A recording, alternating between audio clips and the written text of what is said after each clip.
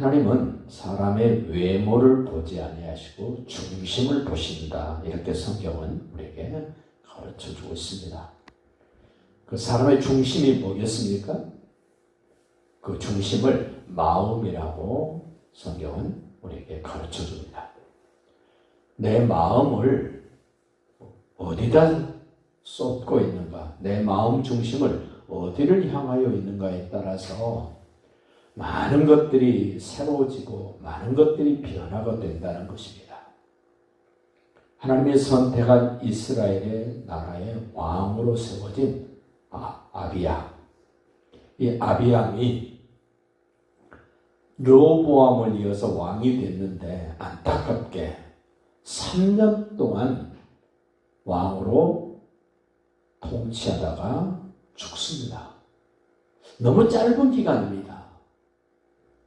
다윗은 40년, 솔로몬도 40년, 르호보암도 21년 동안 통치를 했는데 아비암은 3년, 너무 짧은 기간 동안 이스라엘을 다스립니다. 왜 이렇게 짧을까? 물론 하나님의 섭리 속에 있습니다만 좀 생각해 볼 수 있는 것은 오늘 이렇게 이야기합니다. 2절 보십시오. 예루살렘에 3년 동안 다스리니라. 그의 어머니의 이름은 마아가요 아비살롬의 딸이더라. 왜 어머니 이름이 자꾸 언급되겠습니까? 모든 사람의 신앙 교육은 영적인 일을 자녀들에게 훈련시키고 가르치고 교훈하고 새기는 일은 어머니 몫이기 때문에 그렇습니다. 어머니의 영향을 많이 받을 수밖에 없는 것이 종교입니다. 신앙입니다. 영적인 일입니다. 3절도 보십시오. 아비암이 그의 아버지가 이미 행한 모든 죄를 행하고 부모가 보여줘야 될 것, 부모가 가르쳐줘야 될 것, 부모들이 정리정돈해줘야 될 일들 어떻게 살아야 될 것인가. 그런데 그 죄를 짓고 사느냐 하나님의 뜻을 따라 사느냐는 오늘 3절에 소개합니다. 그의 마음이 아비암의 마음이 그의 조상 다윗의 마음과 같지 아니했다. 마음이 다르다. 겉으로 나타나지 않습니다. 내가 가지고 있는 내 마음 중심은 다른 사람이 쉽게 알아채지 못합니다. 그러나 시간이 지나면 어떤 환경이 펼쳐지면 그 사람의 마음은 드러나게 됩니다. 나도 알고 너도 알고 모두가 알도록 그 마음이 드러나집니다. 숨길 수 없습니다. 초창기 때는 숨겨집니다. 아무도 모릅니다. 때로는 자기도 모르는 마음일 때도 있습니다. 그러나 시간이 지나면 내 마음이 어떠했는가를 고스란히 다 보이게 되고 나타낸다는 겁니다. 4절도 보십시오. 그의 하나님 여호와께서 다윗을 위하여 예루살렘에서 그에게 등불을 주셨다.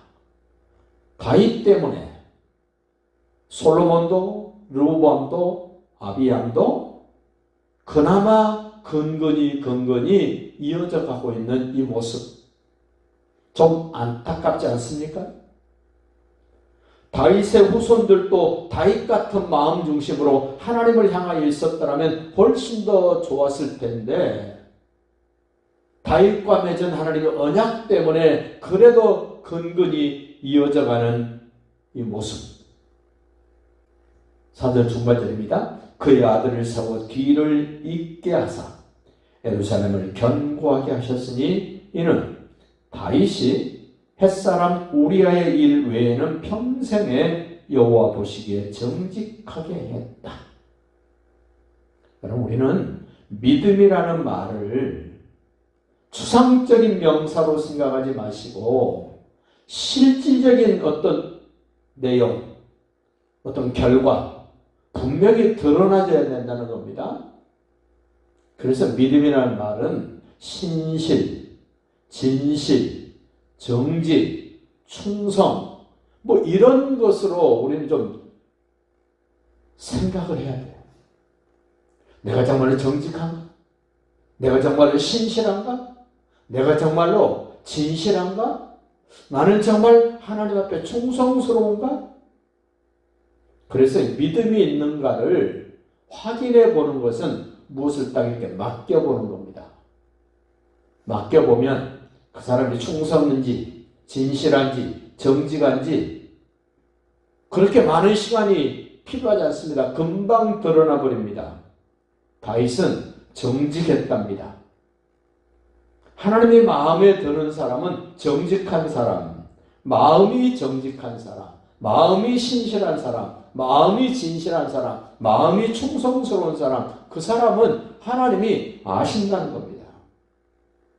자, 정직한 사람은 이렇게 다윗이 후손들에게 영향을 줬는데 마음이 정직하지 못하고 진실하지 못하고 충성하지 못한 사람 어떻게 됩니까? 6절 보십시오.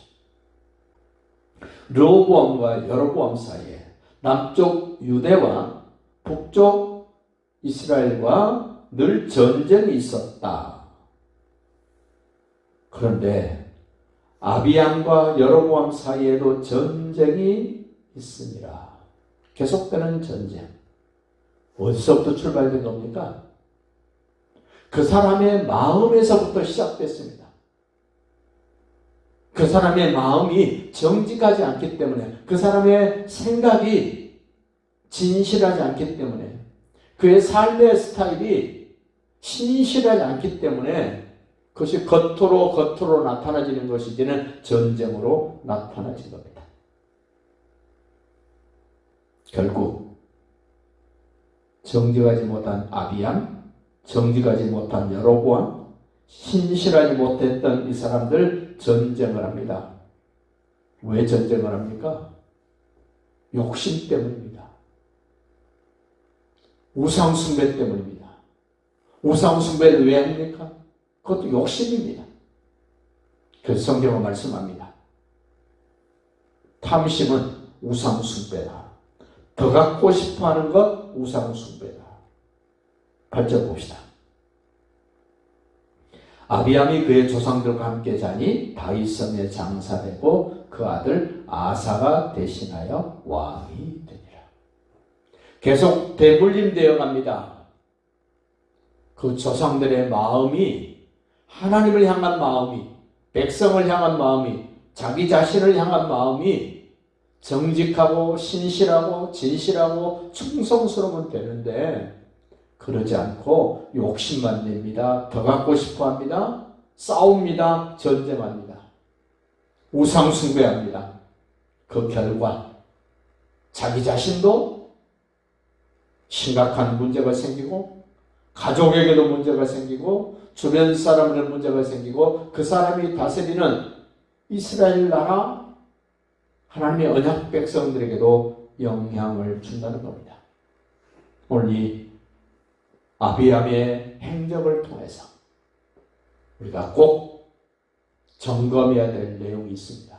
내 마음이 하나님을 향하여 있는가 아니면 하나님을 떠나 다른 데 마음이 가 있지 않는가.